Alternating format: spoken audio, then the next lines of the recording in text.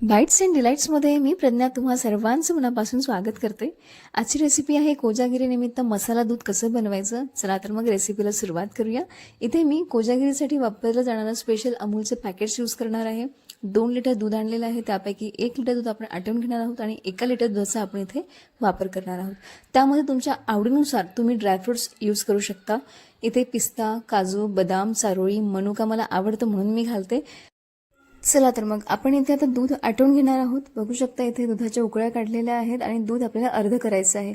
अर्ध दूध झाल्यानंतर त्यामध्ये केसरच्या काड्या घालायच्या आहे, छान फिरवून घ्यायचं।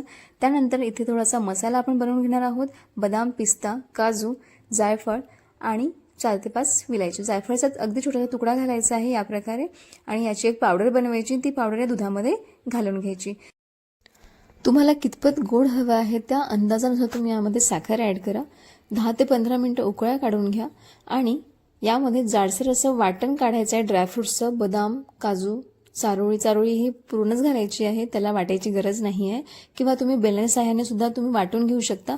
ते वाटण यामध्ये घालायचं आणि बघू शकता इथे कोजागिरीचे स्पेशल मसाला दूध तयार झाला आहे। दिसायला अप्रतिम दिसत आहे।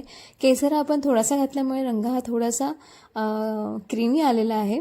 तर तुम्हाला जास्त प्रमाणामध्ये पिवळा रंग हवा असेल तर केसरच्या काड्या तुम्ही जास्त ॲड करा, किंवा दुधामध्ये अर्धा तास केसरच्या काड्या ह्या घालून ठेवा आणि ते दूध यामध्ये घाला। केसरचा रंग हा छान उजळून येईल।